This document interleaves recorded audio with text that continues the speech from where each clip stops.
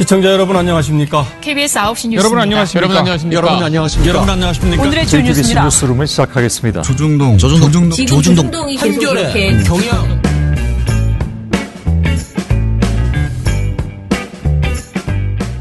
민원연의 미디어 탈곡기 321화를 시작하겠습니다. 예, 안녕하세요. 저는 민원연에서 사무처장을 맡고 있는 김원경입니다. 네, 민원연 모니터 팀장 이봉우입니다. 이정일입니다. 예, 저희가 또 오늘도 매우 바쁩니다. 도대체 바쁘지 않은 날은 언제쯤 올 것인가? 있나요, 있기는? 그러니까요. 있었나요? 좀 욕을 안 하는 날도 언제쯤 올 것인가? 이런 생각이 계속 드는데요.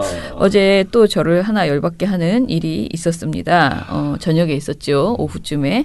그래서 그것을 뚜껑을 열고 할 일 어제 정말 많았는데 이걸 또 써야 된다는 생각이 너무 화딱지가 나는 거예요. 오늘 아침에 일찍 와서 아무튼 이것을 거의 마무리를 해서 지금 보내놨는데 오늘 발표할 예정이고요. 아무튼 일들은 참 끝이 없습니다. 제가 그래서 요거를 미디어 스크랩 시간에 간단하게 말씀을 드리려고 합니다. 제가 이미 여러 차례 강조를 한 바 있는 그 종편과 홈쇼핑의 연계 판매 아주 심각하다라고 얘기를 했었잖아요. 심지어 처장님도 당한. 네. 난 알면서도 당해주는. 쇼핑을 위해서는 무엇이든 당한다. 처장님까지 당하면 어떡해요. 이게 다이어트 식품에 대한 유혹은 끝이 없거든요. 개인적으로다가. 네.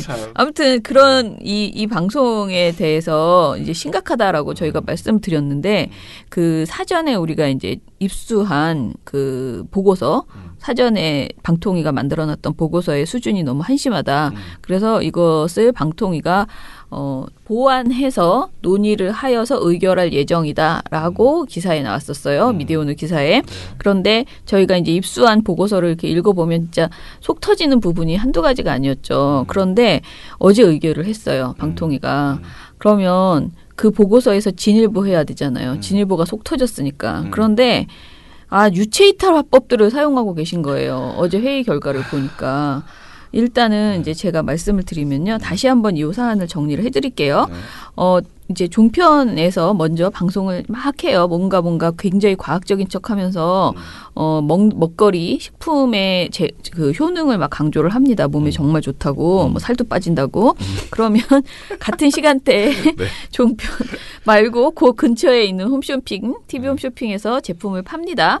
예, 이것이 우리가 알게 된 것은 2015년 3월이었죠. 왜냐하면 2015년 1월에 MBN 미디어랩 광고 영업 일지를 저희가 그 유출돼서 이걸 분석하는 과정에서 이런 짓들을 하고 있다는 것을 처음 알게 됐고요. 저희가 당시에 방통위에 신고를 했습니다. 그래서 그 결과 2015년 9월 16일 과징금이 부과됐죠. 이때 MBN 미디어랩이 미디어랩법을 위반했다라고 하면서 2억 4천만 원의 과징금을 받았거든요.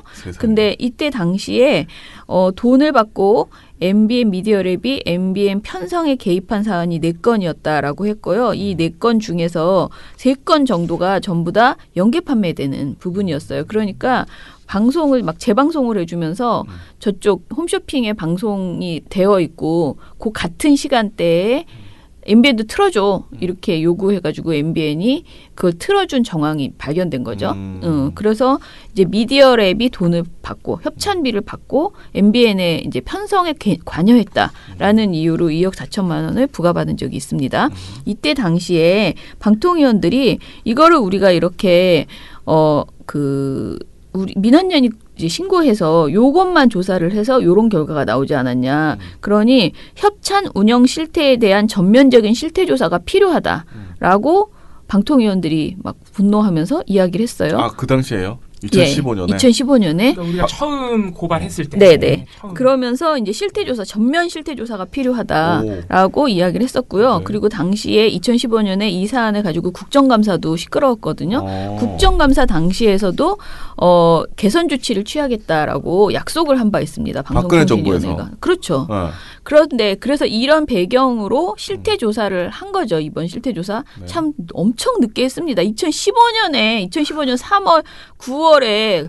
최소한 국정감사가 그때 9월 이전에 있었거든요. 그러면은 그러니까 아무리 늦게 잡아도 9월에 결과를 말을 하면서 실태조사 하겠다고 했어요. 전면 실태조사. 그런데 그것이 지금 나온 게 3년 후인 지금이라는 거죠. 2018년에 나왔어요. 참 오래도 했습니다. 그런데 했는데 그 결과가 고작 43일간의 조사를 한 것이었어요. 43일. 근데 43일 동안 했더니 종편 4사에서 26개 프로그램에서 110회나 이것을 했다는 것이죠. 아, 똑같은 짓을? 네, 똑같은 짓을 했다는 것이고요.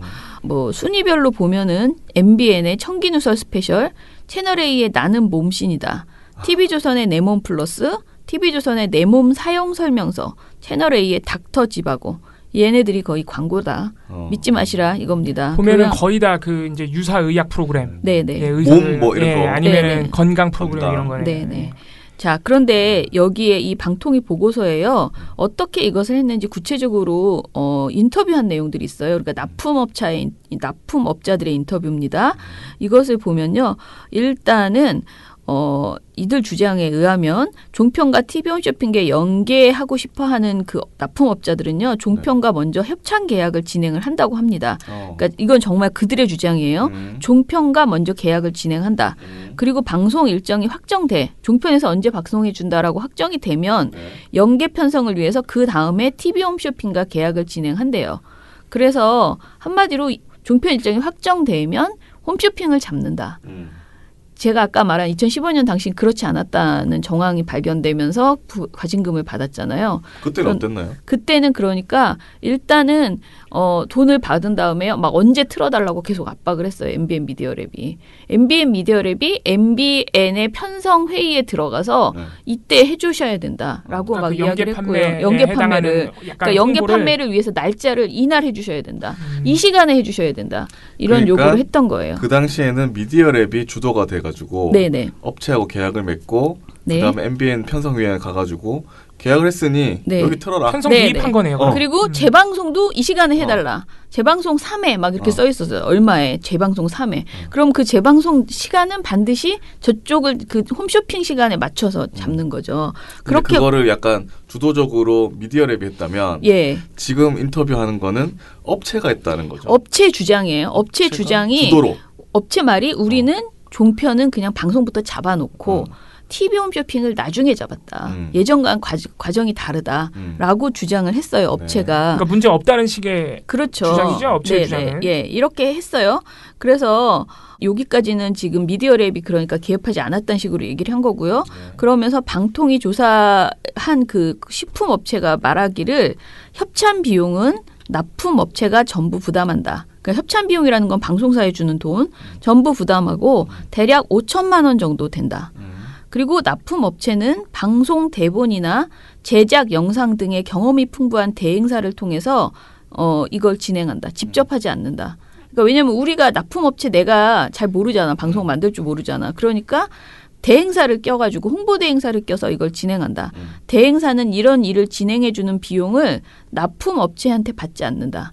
수수료를 받지 않는다. 누구한테 받느냐? 종편으로부터 받는다. 그래서 납품업체 입장에서는 대행사한테 부탁해도 돈이 하나도 더 들지 않기 때문에 내가 하지 않고 대행사한테 시킨다. 커넥션이 그렇다는 거예요. 제가 지금 설명한 거는 납품업체 주장이에요. 주장이고. 종편이 대행사한테 돈을 주는 거지. 마치 병원에서 브로커가 있어가지고요. 환자를 물어오면 돈을 주잖아요. 병원에서. 그것처럼 종편이 이 가지고 대행사. 오는 일을 가지고 오는 대행사에게 광고를 가지고 오는 일종의, 수수료를 준 거죠. 그렇게 했다는 거예요. 그런데 한마디로 종편이 자사 교양 프로그램을 광고처럼 운영하고 그 광고를 받기 위해서 수수료까지 지급하면서 프로그램을 팔아먹어 왔다라는 것이 지금 이제 알려진 것이죠. 이렇게 어처구니 없는 한마디로 그리고 어떤 결과도 있냐면요. TV 홈쇼핑에서 판매한 상품이 시청자한테 잘 알려지지 않은 상품이 대부분이다. 라고 납품업자가 말했고요. 납품업자가 한 말 중에 이런 말도 있어요. 종편에서 섭취 방법, 효능, 특장점을 소개하는 방식과 TV 홈쇼핑에서 상품 판매를 위해서 하는 방식이 유사하다. 이건 당연한 거죠. 왜냐하면 그렇죠. 같은 사람이 소개해 줬으니까. 종편도 납품업자가 양쪽을 다 정보를 줬으니까요. 홈쇼핑과 종편에게 그렇게 했다는 것이고 이 사람 납품업자가 참 웃기는 사람들이에요. 이게 2명이 인터뷰를 했거든요. 심층 인터뷰를. 그런데 뭐라 그러냐면은 이것이 어떤 문제가 있다고 생각되느냐라고 했더니 너무 비싸서 못한다. 5천만 원이 너무 비싸다. 그래서 이 연계 판매는 그러니까 작은 업체는 못하고 규모가 큰 업자들만 주로 하고 있다. 근데 이것을 안 하면 물건이 너무 안 팔린다. 이게 이제 자신의 불만이에요. 납품업자에. 그런데 더 웃기는 게 뭐냐면은 소비자에게 잘못된 정보가 전달될 수 있다는 것은 부정적인 측면이다. 라고 인정을 했어요. 납품업자가. 계속 왜곡 과장을 하고 있다라고 얘기를 한 거죠. 납품업체도 그런 거 인정한다는 거죠? 네. 예. 자, 여기까지가 이들이 조사한 그 내용이에요. 방통위 조사 결과에 여기서 있는 이제 내용입니다. 조금 궁금한 게 이제 생기는데 네. 그러니까 지금 그 종편에서 그런 건강 프로그램 또는 유사의학 프로그램에서 네. 상품을 광고하고 있대. 사실상 광고하고 있다는 건데. 네. 그러니까 일단 첫 번째는 광고라는 걸 밝혀야 되는데 광고가 아닌 것처럼 하고 있기 때문에 이것도 불법인 거죠, 일단은. 그렇죠. 그래서 그런 문제점이 있다는 거고. 불법이라는 건 아니에요. 왜냐면은요. 방송법상 이런 것에 대한 그 규정이 하나도 없어요. 네. 그럼 일종의 PPL처럼 인정이 되는 거예요? 그것도 아니에요. 그것도 아니에요? 네. PPL은 아니죠. 그냥 방송 소재 중에 하나로 쓰이는 네, 거죠. 네. 소재 중에 하나인데 그거를 납품업자한테 정보를 구해가지고 구한다기보다는 그들이 준 대로 그냥 다 만들어주는 돈을 받고 물건을 팔았는데 이게 법령상 어느 법을 위반했다고 말할 수가 없다는 것이 이게 규정이 일단 없는 거고 네. 그러니까 예를 들어서 방송이 식자재 하나를 발견을 해서 방송을 해야 되는데 자기네가 잘 모르니까 PD가 네. 그래서 그런 데 가서 물어볼 수는 있잖아요. 네. 일종의 취재를 할 수 있잖아요. 그래서 그런 데서 정보를 얻어서 방송을 할 수는 있는데 그거를 하면서 광고 계약을 맺고 걔네 상품 광고가 아니지 협찬비를 받았잖아. 협찬비를 받고 이것도 계약을 맺은 거잖아요. 네네. 그죠? 자, 그런데 제가 가장 화가 나는 것은 방통위의 조사 결과 보고서인데요. 지금 봉우 씨가 말한 그 부분인데 뭐라 그러냐면 방송법상 금지행위 유형에 이런 내용이 없다. 그래서 이걸 규제할 수 없다. 이게 결론이고요. 그리고 종편이나 TV 홈쇼핑에 강요를 받았다는 납품업체가 없다. 납품업체 조사해봤더니 세 번째 그러니까 납품업체 스스로 한 짓이다 이거는. 그러니까 어쩔 수 없다. 종편하고 TV 홈쇼핑은 잘못한 게 없다. 네. 그다음에 납품업체에게 연계 편성을 조건으로 돈을 달라고 한 적도 없다. 그게 없다 지금 보니까. 다 지네들 스스로 낸 거다. 그래서 법률 자문 결과 금지행위 위반이 아니다. 법 위반이 아니다라는 결론이 나왔다. 네. 그리고 마지막으로 한 말이 오히려 연계 편성 행위를 규제할 경우에 방송법 제4조에서 보장하고 있는 방송 사업자의 방송 편성의 자유와 독립을 침해할 우려가 있다. 라는 황당한 결론을 뭘 침해할 우려가 있다고요? 방송 편성의 자유와 독립을 침해할 우려가 있다. 이게 말이나 됩니까? 그러니까 박근혜 정부에서는 MBN에 과징금을 때리고 이거를 열심히 전수조사를 해야 된다라고 했는데 문재인 정부에서는 이게 방송 편성의 자유와 독립을 침해할 우려가 있으니 아무것도 하지 말아야 된다라는 결론을 보고서에서 내렸어요. 제가 지금 말한 건 보고서예요. 보고서. 아니 돈 받고 프로그램을 지네 스스로 왜곡시킨 건데 그게 무슨 편성 자유랑 무슨 상관이 있습니까? 근데 이제 함정이 있어요. 제가 좀 얘기할게요. 그런데 그래서 이 보고서는 금지행위 위반 정황이 없으니 종결 처리하는 것이 좋겠다라고 결론이 나요. 근데 이 보고서를 가지고 어제 회의를 한 거예요. 그랬더니 어제 방통위 전체 회의가 정말 유체이탈 정말 웃기거든요. 뭐라고 하냐면요. 다 흥분해서 지적을 하십니다. 일단 다 옳은 말이에요. 고삼석 위원은 이번 조사가 법적 미비, 역량 한계로 인해서 시청자 눈높이에 한참 못 미쳤다. 그러면서 화를 내요. 특히 방송을 가장한 광고 그리고 소비자 현혹 문제를 다뤄주지 않았다. 미디어랩상 위반인지 조사할 수 있는지 검토해야 한다. 이렇게 얘기했어요. 그러니까 미디어랩을 왜 조사하지 않았냐. 전번에 MBN 미디어랩은 조사를 했는데 이번에는 미디어랩사 그러니까 종편 4사가 다 미디어랩사가 있잖아요. 근데 이 협찬 과정에서 미디어랩사가 개입을 했는지 전혀 조사하지 않았어요. 그걸 조사해야 된다고 조사할 수 있는지 검토해야 한다고 주장했어요. 고삼석 의원이. 그래도 이거는 양호한 거예요. 고삼석 의원은. 그래도 구체적으로 할 말은 했어요. 허욱 부위원장은 종편 프로그램을 납품업체 입장에서 제작했는지 과장 표현이 있는지 중점적으로 방송통신심의위원회에서 심의를 해야 된다라고 말을 했어요. 방통심의위가 그걸 어떻게 합니까? 불가능해요. 방통심의위는요. 방송 결과만 가지고 하는 곳이에요. 거기는 납품업체 입장에서 제작을 했는지 이런 걸 조사할 실권조차 없어요. 방통심의위는. 근데 아무튼 이걸 하라고 요청하자고 했고요. 그리고 그 결과가 나오면 방통위에서 재심사에 적극 활용하자라고 주장을 했습니다. 표철수 위원이 좀 그래도 세게 얘기했는데 뭐라 그랬냐면 미디어랩이 관여했을 가능성이 있다고 보는데 거기에 대해서 조사해봐야 하는 것 아닌가요? 라고 물어봐요. 그랬더니 방통위 직원이 뭐라고 하냐면 증거가 없다. 여러 가지 방법을 통해서 어떻게 조사할지 치밀하게 준비하겠다. 이게 대답이에요. 아니 방통위가 미디어랩을 직권으로 조사할 권한이 없어요? 없대요.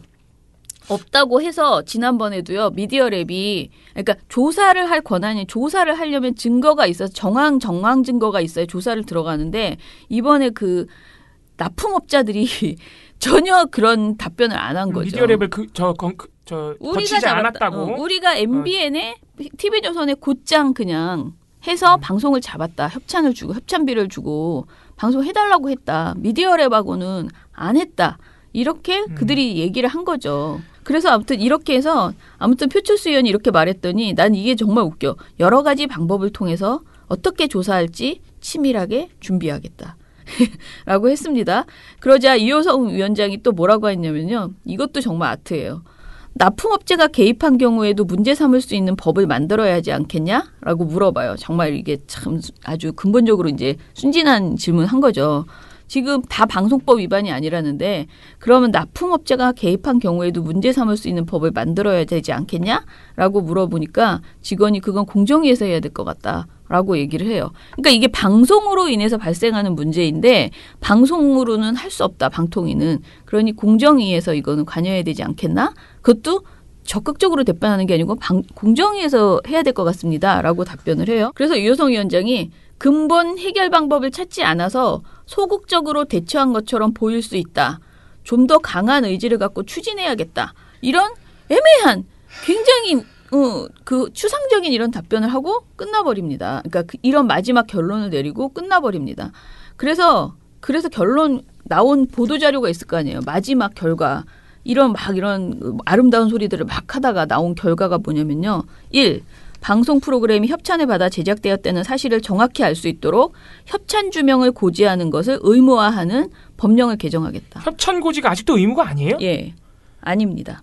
그래서 이건 2015년에도 지적된 거예요. 아니 뭐 하나도 빨리 고치라고 얘기했는데 아직까지 안 고쳤어요. 그때 우리가 분명히 협찬 고지 너무 안 하니까 이거 의무화해야 된다 얘기했는데 그러니까요. 그게 아직도 제자리 걸음이었던 거군요. 그다음에 두 번째로 그거예요. 방통심의위와 협의해서 모니터링 강화하겠다. 요거 두 가지를 결론을 내렸어요. 그런데 이 결론을 쓴 글에서 정말 또 아트로 재미있는 게 있습니다. 뭐냐면요. 그 미디어랩법 위반 정황 이거 자꾸 조사하라고 고삼석도 얘기했고 표철수 의원도 얘기했다 그랬잖아요. 그랬더니 이 사무처에서 어떻게 결론을 내렸냐면요. 제가 정말 웃음이 빵 터졌는데요. 결론부터 읽어드리면 이거예요. 종편과 TV 홈쇼핑이 연계 편성 행위와 관련하여 미디어랩이 프로그램 기획 제작 편성에 영향을 미치는 등 미디어랩법 위반 정황이 있을 경우에는 엄중조사해 제재 조치할 계획이다 라고 썼어요. 근데 있을 경우를 조사를 해야 되는데 있을 경우에 조사하겠다는 거예요. 그러면은 한마디로 미디어랩 위반 정황을 인지하려면 조사를 해야 되는데 조사를 안 해. 조사를 안 하면서 있을 경우에는 조사하겠다고 말장난을 하고 있는 거죠. 심지어 이번에 조사를 해놓고 조사하면서 미디어랩을 하나도 조사 안 했다니까요. 그냥 이게 얼마나 말장난인지 제가 다시 한번 말씀드릴게요. 이제 고삼석 위원이 뭐라고 물어보냐면요. 왜 2015년에는 MBN 미디어랩한테 과징금을 부과했는데 이번에는 그런 게 없냐라고 물어봐요. 회의에서. 그랬더니 서기관이 그 직원이 방통위 직원이 뭐라 그러냐면 그때는 방송법상 금지 행위인 MBN 미디어랩의 편성 관여가 있었고 이번에는 중소납품업체가 한 것이다 라고 대답을 해요. 여태까지 우리가 보고서에 나온 그 말이죠. 그렇지만 이건 말장난이라는 게 계속 제가 증명을 해볼게요. 이번 실태조사 결과를 보면요. 연계 편성으로 분석된 종편 프로그램 중에서 특집 다큐, 특별기획 형태의 프로그램이 다수 있었어요. MBN은 12개 중에서 특집 다큐가 7개, MBN이 제일 많았어요. 채널 A는 6개 중에서 특별기획이 4개였습니다. 그리고 기존 방송을 재편집해서 방송하는 스페셜뿐 아니라 아예 재방송이 된 경우도 적지 않았어요. 자, 이걸 무슨 뜻이냐면요. 이게 2015년 당시와 매우 유사하다는 거예요. 2015년 당시에 미디어랩이 막 들어가서 개입했던 것은 대부분 이런 방송이었어요. 그러니까 정상적인 몸신이다 이런 방송이 아니고요. 특집 기획이라고 하면서 그런 내용들은 전부 다 미디어랩에서 들어가서 방송 편성에 개입했던 거거든요. 왜냐하면 그런 방송, 스페셜, 재방송 이런 거는 런칭을 해놓고 홈쇼핑 시간대에 반드시 넣어줘야 잘 팔리니까 원래 방송 말고 재방송 때 특히 그런 일들이 많이 발생을 하거든요. 그래서 그때 당시에도 2015년 당시에도 협찬 계약 진행 과정에서 협찬주의 요구를 받은 미디어랩이 홈쇼핑에서 판매되는 협찬주 제품의 효능을 부각시킬 수 있는 과거 프로그램을 찾아서 MBN으로 하여금 방송 편성에 넣어달라고 적극 요구했다. 그래서 2억 4천이라는 과징금을 받은 거예요. 그때 이런 결론을 내리고 받았거든요. 네. 그렇다면 이번에도 반드시 미디어랩 위반 여부를 조사를 했어야 된다. 당연하죠. 그런데 조사를 아예 안 하고 납품업체만 조사를 했어요. 그런데 실제 납품업체가 아까 제가 2개 심층 인터뷰했잖아요. 실제로는 29개의 납품업체에게 조사를 했어요. 그런데 다 설문조사를 했는데 그 설문조사에 응해준 회사가 9개 사였고요. 2개사는 심층 인터뷰를 해줬어요. 그래서 제가 아까 말한 게 심층 인터뷰 내용이고 9개사의 결과로 미디어랩의 개입 정황이 없다라는 거예요. 조사가 안 된 거죠, 사실. 그렇죠. 네. 아니 저는 또 하나 의심 가는 게 종편 방송사 자체는 조사를 제대로 한 게 맞나요? 그것도 안 왔. 여기서 보면은 종편이 그것을 협찬 위반을 했는지 이것도 그러니까 협찬을 받았다는 이유로 재방송 같은 것을 막 편성에 어찌됐든 넣는 거 그것도 사실은 부적절한 행위잖아요. 그러니까 이런 것에 대한 조사도 안 했어요. 그러니까 조사는 납품업체만 했다니까. 그러니까 그게 말이 됩니까? 예, 조사를 너무 안 한 거지. 납품업체. 아니 방통위가 납품업체 하는데요? 그거야말로 공정위가 할 거고. 납품업체 조사를 왜 방통위가 해요? 아니 또 하나 이해가 안 가는 거예요. 미디어랩이야 납품업체 입에서 말이 안 나왔으니까 못한다 치자고요. 그런데 납품업체에서 종편 방송사 얘기가 계속 나오는데 네. 직접 거래했다 이거 아니에요? 미디어랩 안 거치고. 네네. 우리가 방송도 다 잡아달라고 해서 걔네가 다 잡아줬다 돈 네네. 주고. 그럼 당연히 종편을 방송사를 조사를 해야 될 텐데 그치. 그것마저 지금 시도는 한 겁니까? 뭐 하긴 한 거예요? 뭘요? 방송사 조사를? 아예 안 했. 아니 여기서 보면은 전혀 그런 게 없어요. 납품업체만 한 거죠? 납품업체만. 납품업체 해봤더니 납품업체 주장을 들어보니 방송법 위반 혐의가 없는데 왜 조사를 하냐 이게 이들의 생각인 거잖아요. 위반 혐의가 그들이 막 하소연하면서 방송사에서 막 돈 달라 그러고 막 강제로 편성하라 그러고 그래서 우리가 진짜 이거 물건 좀 팔아먹고 싶어서 이렇게 했다 이런 게 아니고 다 우리가 했다. 우리가 돈 냈고 우리가 다 했다라고 말을 하는데 그럼 난 사실 좀 지금 얘기하다 궁금한 거는 종편이 광고 대행사한테 수수료 주는 거 그건 불법 아닌가? 지금 돈 물어오라고 브로커들 그 광고 물어오라고. 근데 이 사람들 주장은 그냥 주장일 뿐이고 네. 뭔가 조사를 하려면 실증적인 증거가 있거나 그렇죠. 정황을 잡거나 그렇게 해야 되지 않아요? 그렇죠. 근데 그냥 그 사람 주장들만 듣고 아니래. 그리고 이 사람들 입장이라는 게요. 이 사람들 계속 이 장사를 해야 되거든요. 그렇죠. 그러면 종편이 그렇게 해주고 TV 정선이 TV 홈쇼핑이 그렇게 해줘야 자기네들은 물건을 팔기 때문에 절대 불리한 증언을 하지 않는다는 거죠. 그러니까 29개 중에서 9개사만 설문에 응한 거고 이 2개사만 심층 인터뷰에 응했던 사람들은 약간 좀 정말 순진하기 짝이 없는 사람들인 거죠. 주저주저 할 얘기를 막 다 해줘버린 그런 상황인 거죠. 아니 저는 그러니까 종편이 아무 잘못, 그러니까 납품업체의 증언에 따르면 종편 방송사에 아무 잘못이 없다는 게 그걸 인정했다는 것도 이해가 잘 안 되는 게 아니 어쨌든간에 협찬을 받아가지고 그 협찬에 따라서 방송을 편성한 거 아니에요. 네, 그렇죠. 자기네가. 네. 방송 내용도 대행사로부터 방송, 다 받아서. 그거는 잘못이 없냐 이거예요. 그것도 당연히 잘못 아니. 방송을 광고인 걸 숨기고 광고가 아닌 것처럼 방송한 것 자체가 잘못이잖아요. 협찬 고지에 관한 규정이 없기 때문에 괜찮다는 거지. 미쳐버리겠네 정말.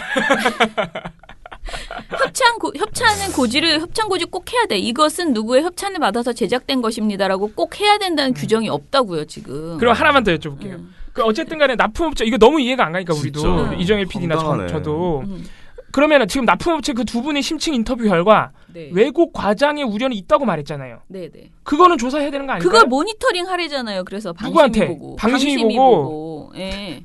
야. 그럼 이제 방심이는 그 제품이 정말 거기 그 방송에 걸맞는 제품인가를 얘네가 조사해야 된다는 소리야. 지금 백수호면 백수호가 진짜 그렇게 좋은 약인지 좋은 그 식재료인지 조사해야 된다는 소리. 이게 되게 굉장히 황당한 소리라니까요.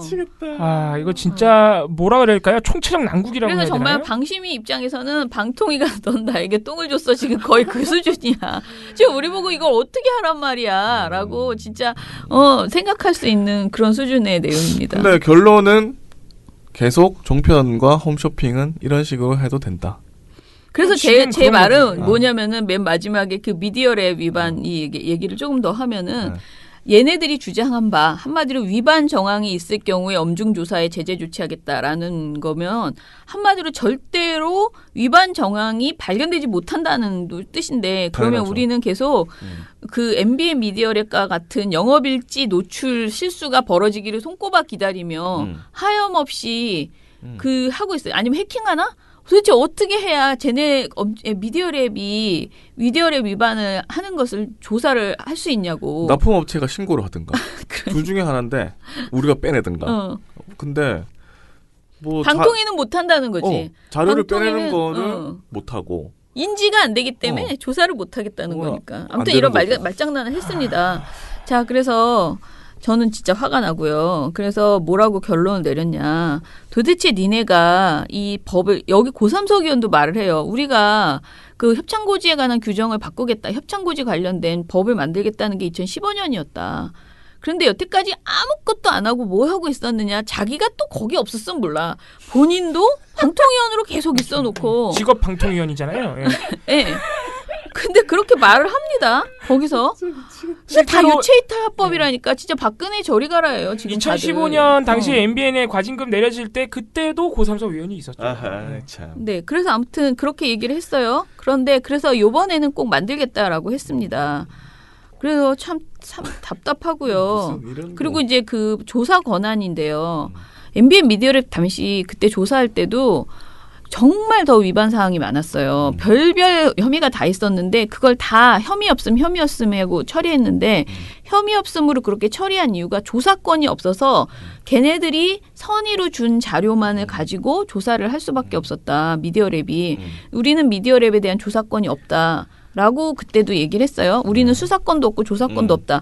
그러니까 계속 자료를 제출하라고 요구하면 이런 신고가 들어왔으니 자료를 제출하라 하면 걔네들이 준 자료만 가지고 했다. 그러면 지금 3년이 지났잖아요.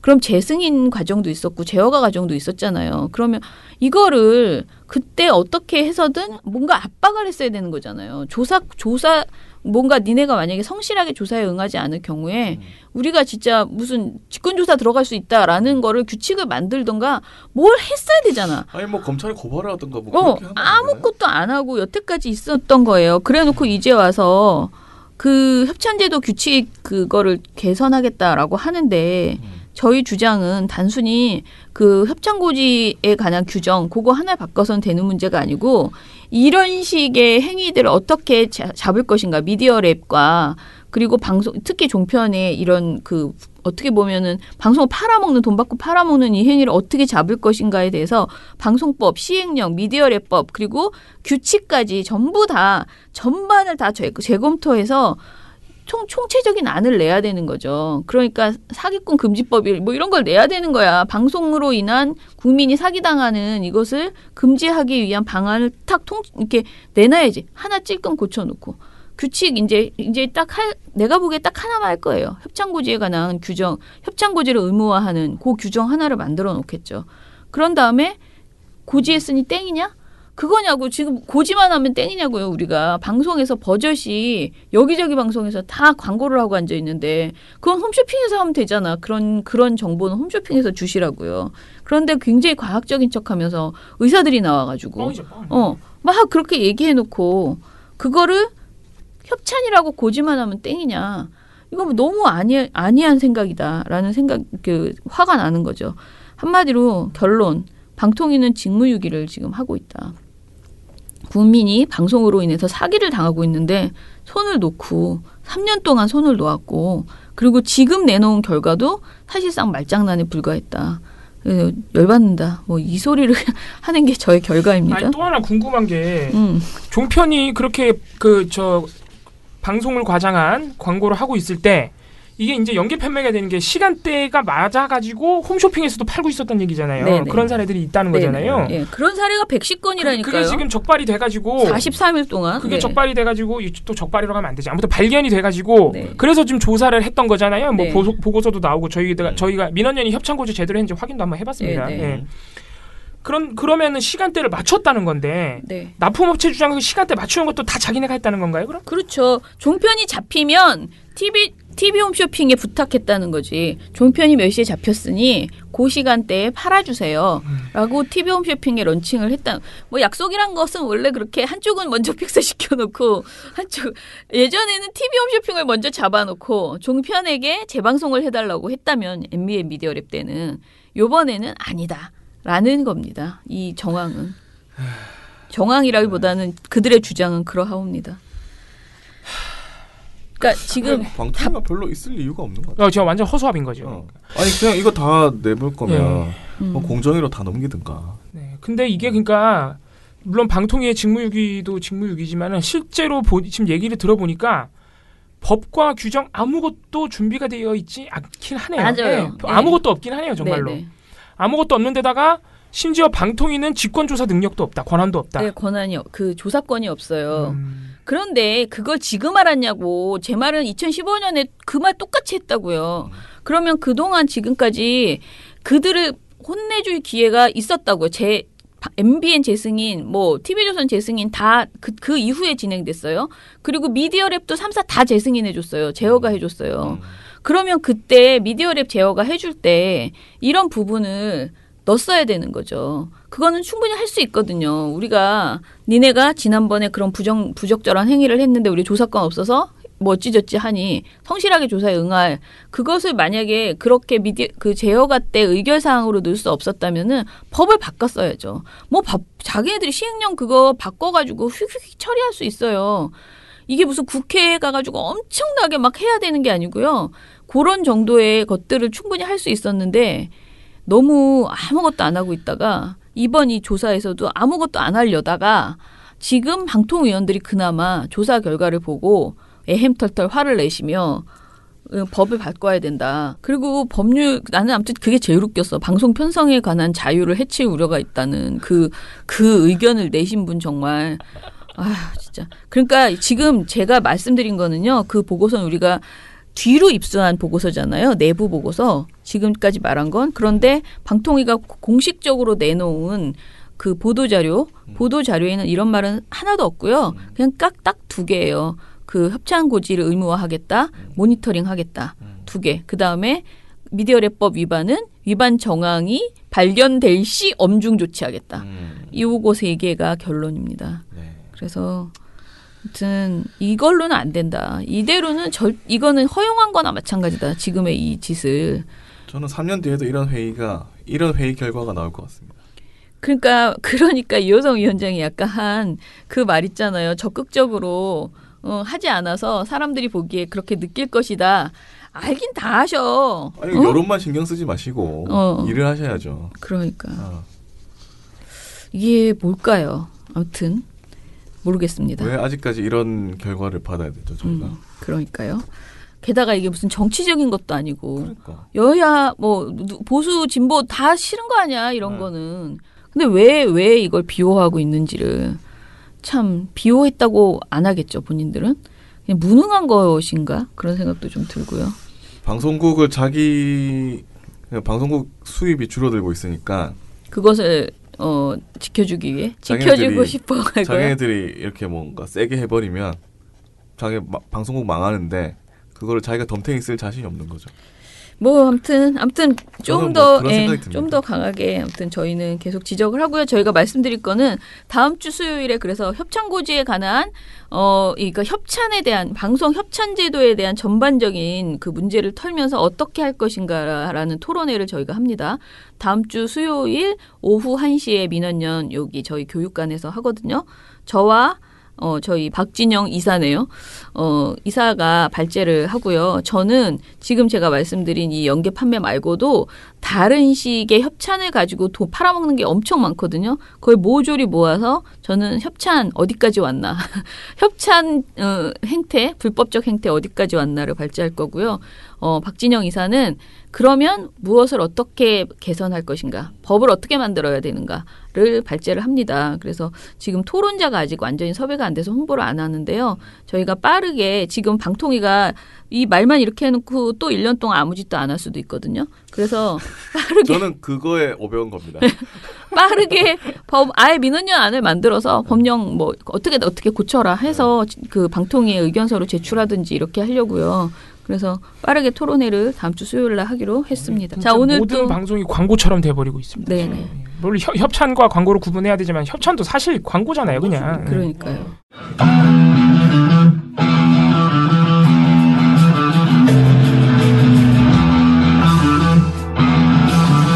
공영방송의 적폐를 몰아내는데 앞장선 단체, 매일 주요 언론을 감시하는 단체, 조중동과 삼성을 향해 잘못된 것은 고치라고 소리치는 단체, 100% 시민의 후원으로 투명하게 운영되는 단체, 이런 단체가 있다면 세상이 밝아지겠죠.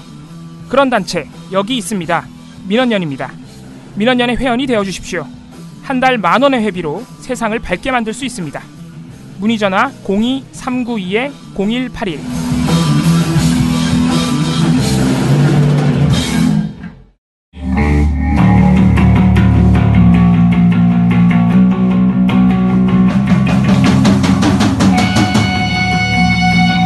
민원연 시방위.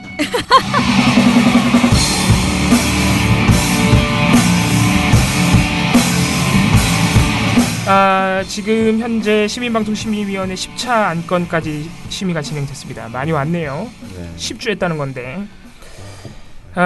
지난 안건은 TV조선 보도본부 한라인 7월 23일 고 노회찬 의원 별세 관련 보도 및 대담이었습니다. 네. 다들 아시겠지만 이때 당시에 TV조선이 고 노회찬 의원 병원 후송을 생중계했습니다. 구급차 이동을. 네.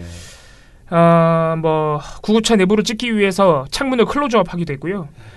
무의미한 구급차 추격 장면을 한 6분 30초간 노출을 했습니다.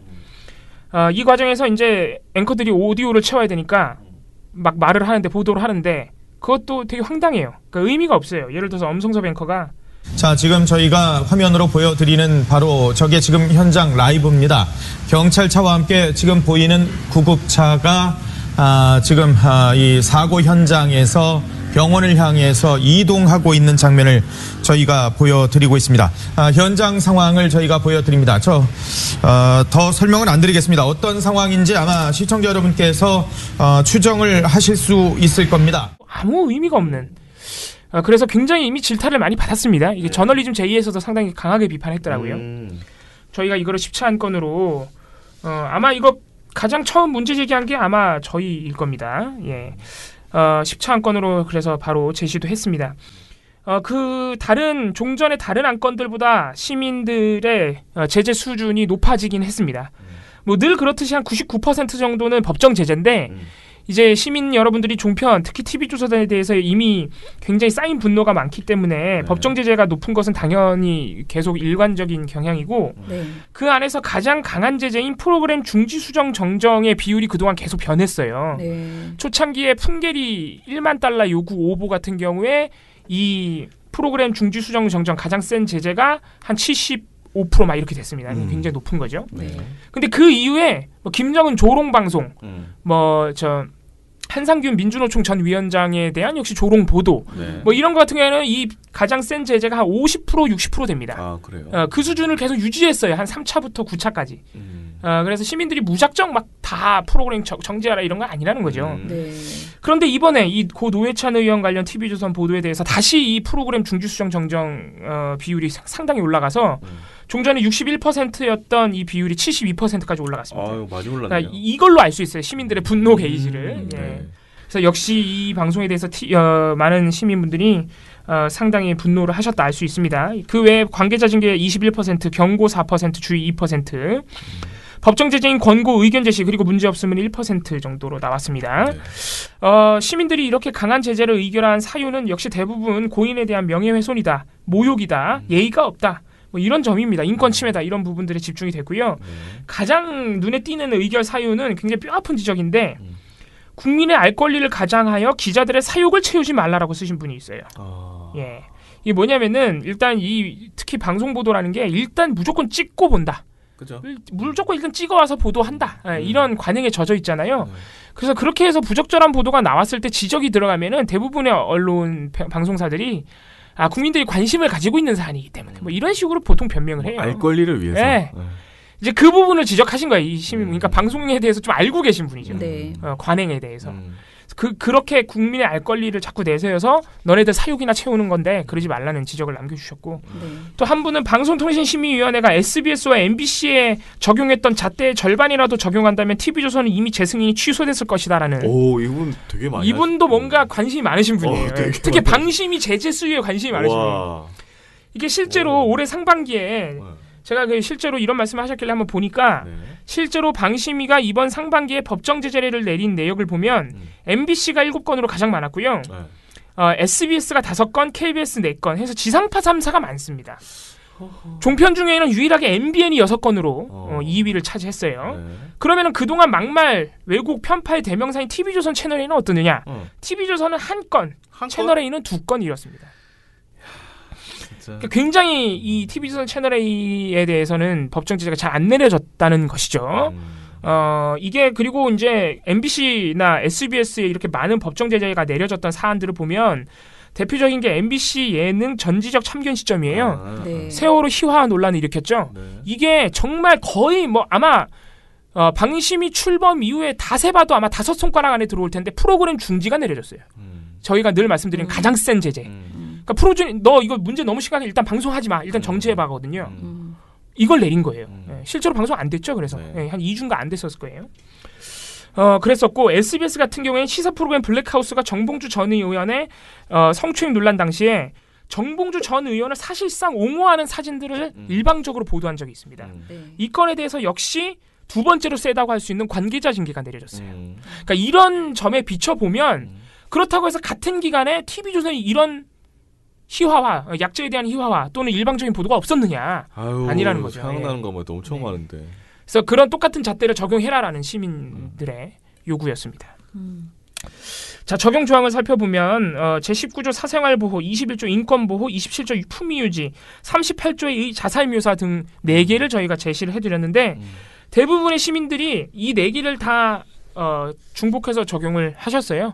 보통 종전에 보면은 특히 제14조 객관성에 집중됐어요. 시민들이 적용하신 조항이. 근데 이번에는 보도의 성격상 제14조 객관성이 안 들어갔거든요. 그래서 시민 여러분들이 4개 조항을 모두 70%, 75% 이상 다 선택하셨기 때문에 중복 적용을 많이 하셨다고 볼 수 있겠습니다.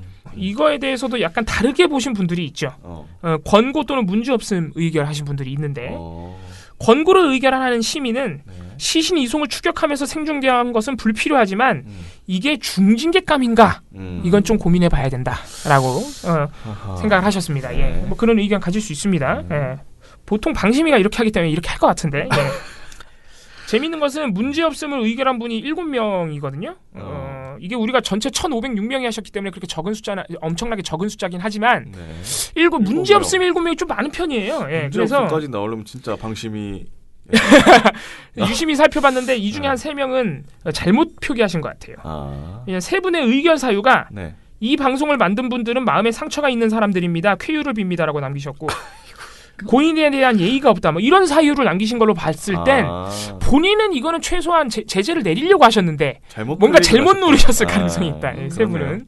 그래서 순수하게 문제없음 선택하신 분은 한 4명 정도가 아닌가 이렇게 생각이 됩니다. 예. 그런데 제가 보기에는 이 사람들이 중징계까지 내릴 필요는 없다라는 말에 동의할 수도 전 있다고 생각하는 부분이 있어요. 그러니까 이게 규정을 잘 모르고 또 이게 뭐 그냥 할 수도 있지 뭐 뭐든지 그냥 따라가면서 보여줄 수 있는 거 아니야라고 생각할 수도 저는 있을 것 같거든요. 그래서 연합뉴스 TV에서 아주 격하게 기자들이 이 자기네들이 생중계한 것에 대해서 분노하며 반성했다라는 것을 저는 감안하셔야지 될 것 같다. 이게 실제로 정상적인 기자라면 이게 할 수 없는 행태라는 것을 그러니까 이 응구차를 따라가는 방송을 네. 연합뉴스 TV에서도 하고 TV조선에서도 네. 딱 2개 방송사에서 생중계했죠. 그런데 저희가 세게 지적하지도 않았던 연합뉴스 TV는 그렇게 자성의 목소리를 내면서 규탄하고 반성하고 이랬는데 TV조선은 그렇지 않았다는 거 요거를 좀 감안을 하셔야지 될 것 같다라는 생각이 듭니다. 네. 자 그러면은 11차 안건 알려주시죠. 11차 안건도 어떻게 보면 저희가 참 안건을 올리면서도 굉장히 뭐라고 할까 마음이 좋지 않았습니다. 네. 왜냐하면 또 고 노회찬 의원 관련 보도예요. 예, 이거는 이제 바로 다음 날인 7월 24일 나온 MBN의 보도인데 이것도 저희가 설명드린 적이 있는 것 같은데 예, MBN의 저녁 종합뉴스 뉴스 8에서 타살설로 시끌이라는 제목의 보도로 극우단체가 주장하는 고 노회찬 의원 타살설 일종의 음모론을 보도했습니다. 한 건의 리포트로 만든 것도 충격적이지만 이 보도 내용이 굉장히 일방적이에요. 현역 의원이 극단적 선택을 했다는 이 믿기 힘든 소식에 급기야 타살설까지 제기됐습니다. 드루킹 의혹을 숨기기 위해서 노회찬 의원이 타살을 당한 것이라며 일부 보수단체 회원들은 부검을 주장했습니다. 길기범 기자입니다.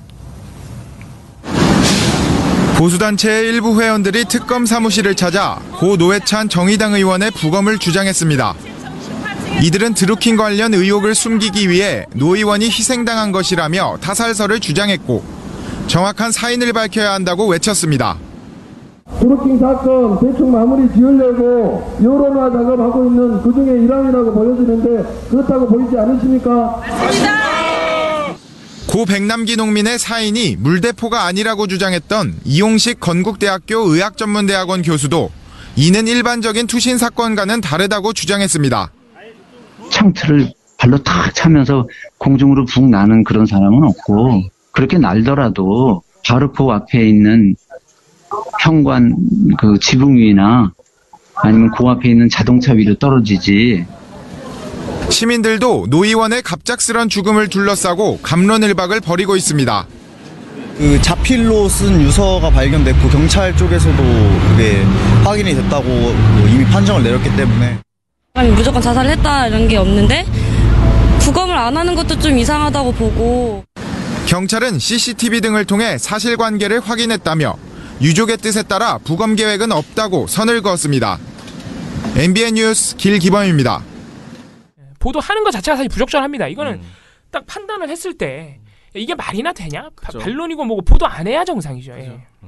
근데 이게 보도가 됐고 또 MBN 내부에서 역시 이 보도 때문에 역시 비판적인 목소리, 규탄의 목소리가 나왔습니다. 이거 도대체 누가 보도했냐 이런 식의 기자들이 그거 보면은 이 기자들이 이 보도 상당히 부적절하다, 낼 수 없다고 주장을 했는데 데스킹에서 낸 것으로 지금 나와 있죠. MBN 그 성명낸 기자들에 의하면. 그래서 그런 것으로 볼 때 역시 MBN 이 보도국 시스템에 뭔가 문제가 있다. 예. 아니면 문제적 인사가 있다. 이렇게 볼 수밖에 없는 겁니다. 예. 아무튼 그 보도를 저희가 11차 안건으로 상정을 했습니다. 이건 일단 말이 안 되고 뻥이고요. 일단 기본적으로 객관성에 어긋나는 보도고 경찰도 다 종결을 했고 그런 상황에서 이게 무슨 말도 안 되는 소리를 합니까? 그리고 역시 이거는 시청자에게 굉장히 정서적으로 불쾌감을 주는 불편함을 안기는 보도이기 때문에 27조 품위유지도 적용할 수가 있고요. 이거 역시 제38조 자살묘사 조항도 적용할 수 있습니다. 이 조항에 객관적 근거 없이 사망의 동기를 판단하거나 단정하지 말라는 내용이 있어요. 거기 적용되기 때문에. 아니 그냥 이 내용을 그냥 딱 보기만 해도 그냥 카더라 그냥 일부에서 하는 카더라 정도지 이거를 뉴스 리포트까지 만들어가지고 할 정도인가. 네. 뉴스의 가치에 대한 그런 판단 능력이 없다고 판단 봐야죠. 능력이 과연 있는가. 둘 중 하나야. 판단 능력이 없거나 일부러 보도했거나 둘 중 하나밖에 없는 거죠. 예. 왜냐하면 심지어 기자가 하지 말자는데 그잖아요. 기자 하지 말자는데 그걸 한 거는. 근데 어떤 기사에 보니까 미디어오늘 기사인가 보니까 그 데스크는 그때 또 그러더라고요. 이게 논란이 되고 있으니까 뭐 그런 식으로. 그것도 보도에 나와요. 갑론을박하고 있다고. 도대체 누가 갑론을박한 건지 난 본 적이 없어. 이거 가지고 갑론을박하는 사람을. 예. 그러면서 꼴랑 시민 2명 인터뷰해요. 한 명은 이제 그거 아니다라는 사람하고 하나는 부검해봐야 된다 이렇게 의혹을 좀 남기신 분하고 그게 시민 2명의 인터뷰로 그게 되냐고요. 그게 여론을 대변하게 되냐고요. 그게 말이 안 된다는 거죠. 아무튼 간에 이 또 참담한 보도를 저희가 안건으로 올리게 됐습니다. 많은 시민분들의 참여를 또 기다리겠습니다. 네. 그러면은 아무튼 제가 보기에 지금 저희가 오늘 이번 주에 다스베이더를 안 나가서요. 혹시 너무 적게 들어오실까 지금 걱정이 되는데 우리 지난주에도 노회찬 의원님 그 이제 일 때문에 저희가 다스베이더 안 했거든요. 근데 그때나 그 전이랑 별로 차이가 없었다고요? 똑같이 1,500명 이상의 시민분들이 참여를 그래서 다행히 지금 안정적으로 1,500명 정도의 시민들은 계속 참여를 해주시고 계셔서 가장 적을 때도 한 800명을 하셨어요. 다행인 것 같고요. 어찌됐든 많이 좀 공유해 주시고 의견도 내주시기 바랍니다. 페이스북에 다시 저희가 화면 하나 오타가 있어서 다시 올렸는데요. 그걸 보면서 조금 전에 제가 이분 되게 대단하다 했는데 타살설이 있다면 타살이라면 그 범인은 언론이다라고 쓴 분이 있더라고요. 댓글로. 진짜 이 MBN 같은 이런 방송이 오히려 진짜 반성해야 되는 이런 타살설을 전할 것이 아니고 자신들의 방송이나 좀 점검하시기 바란다. 이런 말씀을 드립니다. 바람이 불어오는 곳 민한년 회원캠프 그곳으로 가네 9월 8일 9일 그대의 머릿결 같은 회원 여러분 나무 아래로 지금 신청하세요.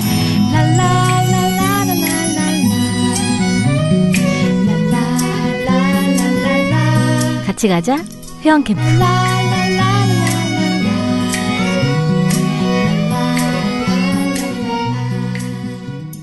예, 트러스트 노원님, 유민지 부장님 민원형 캠프 광고 노래하실 때 그 고호호호스로 가네 이렇게 웃음 참으신 거 맞냐고.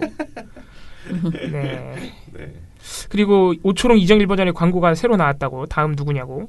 오늘 제가 한 것 같은데. 예. 다음 이거는 지금 그냥 뭐라 그럴까 격렬하게 지금 그 우리 배나은 활동가 기다리고 있다는 느낌표입니다. 그걸 아직도 눈치를 못 채나? 그 다음 봉 씨가 나오면 짜증내 지금. 꼭 그쪽부터 녹음해 주시게 녹음해서 내보내 주시기 바랍니다. 예. 자 그리고 미련곰탱님께서 굉장히 여러 건의 그 두 건이구나 올려주셨어요. 우선은 어제도 잘 들었습니다. 법제처 사람들도 전부 처벌받아야 될 놈들이군요. 그리고 방가일보 계열은 싹 다 문 닫아야 될 놈들이군요. 제발 얼른 문 닫았으면 좋겠어요. 라고 하셨습니다.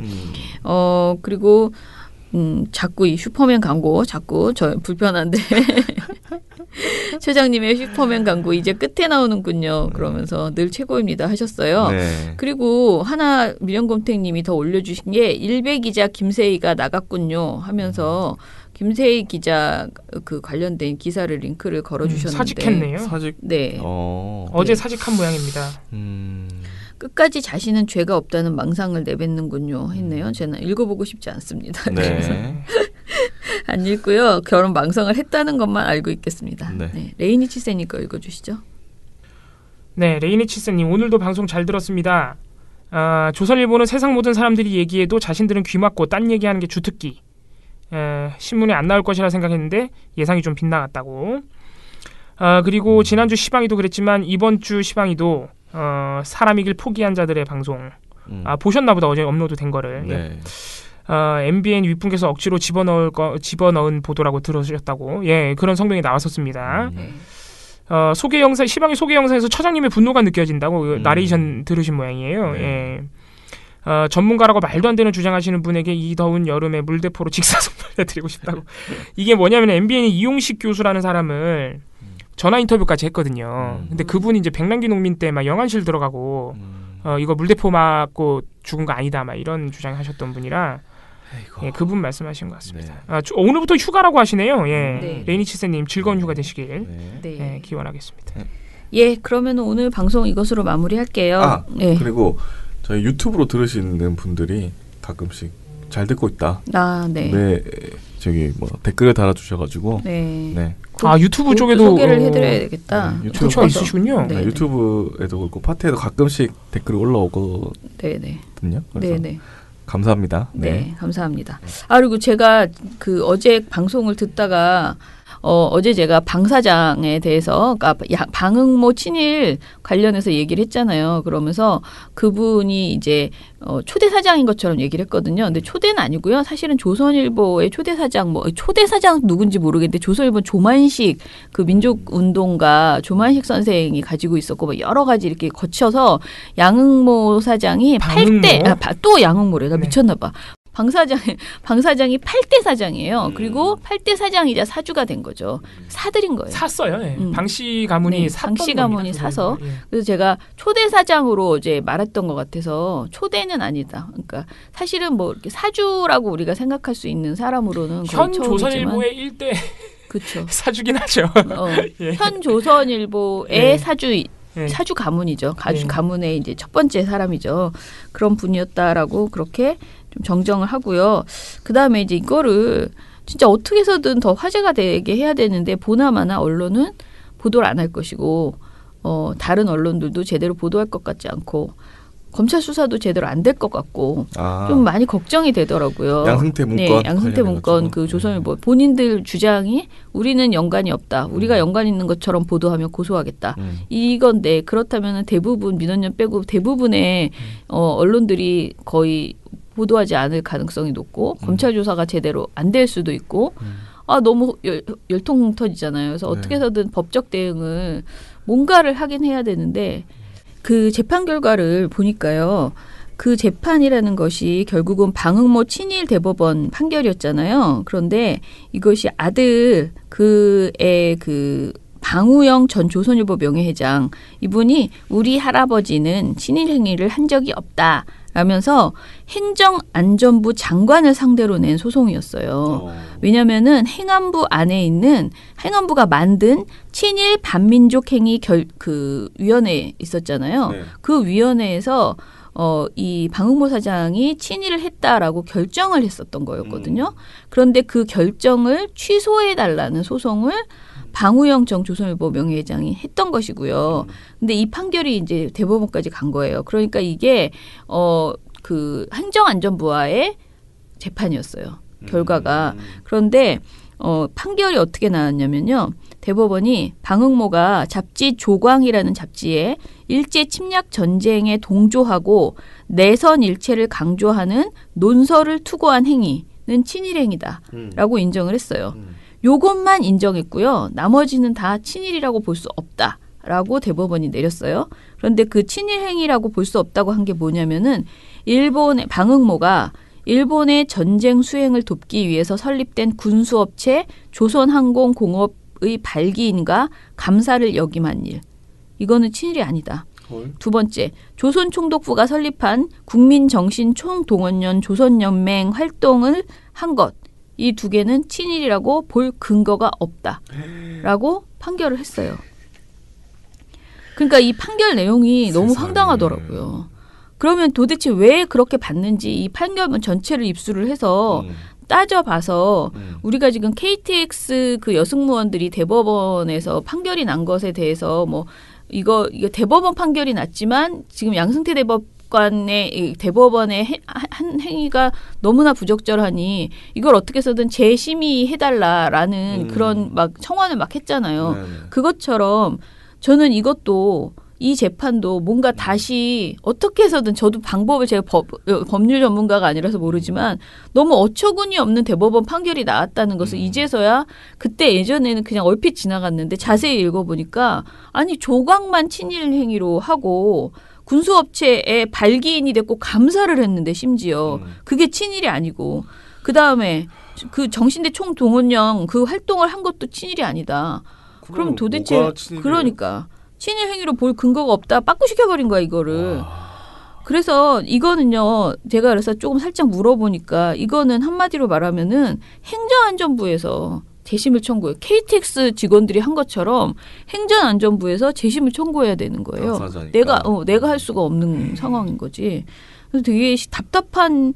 그래서 막 아이디어를 좀 여러분들이 뭐 생각하시는 게 있으면은 이렇게 그 다중의 의견을 받아서 우리가 할 수 있는 액션들을 좀 해봐야 되겠다. 그래서 제가 여기저기 지금 변호사분들한테도 좀 생각 좀 해봐라. 이거 그냥 흐지부지 지나갈 문제가 아니다. 뭐 할 수 있는 모든 것을 해보자라고 제가 말씀을 여기저기에 지금 부탁을 드려놨어요. 아이디어를 모으자고. 여러 가지 방식으로 이거를 다시 한번 이슈화 해봐야겠다라는 생각이 거듭 듭니다. 어찌됐든 재판과 판결을 그러니까 재판 판결과 기사를 맞바꾼 거래를 했다는 거 이거는 분명해 보입니다. 자, 그러면 민원연 미디어 탈곡기는 내일 주성치로 다시 찾아뵐게요. 민원연의 미디어 탈곡기는 내일도 열심히 털어드리겠습니다. 탈탈탈. 안녕. 네, 오늘 뉴스데스크 마치겠습니다. 청년에게 꿈과 희망을 채널 A가 함께합니다. KBS 9 뉴스 오늘 순서 모두 마치겠습니다. SBS는 앞으로도 내일 끝까지 뵙겠습니다. 파헤치겠습니다. 오늘 8시 모두 뉴스 여기서 마치겠습니다. 마치겠습니다. 시청해주셔서 고맙습니다. 뉴스팔 여기서 마치겠습니다. 저희들은 내일도 최선을 다하겠습니다. 여러분 고맙습니다. 탈탈탈. 안녕.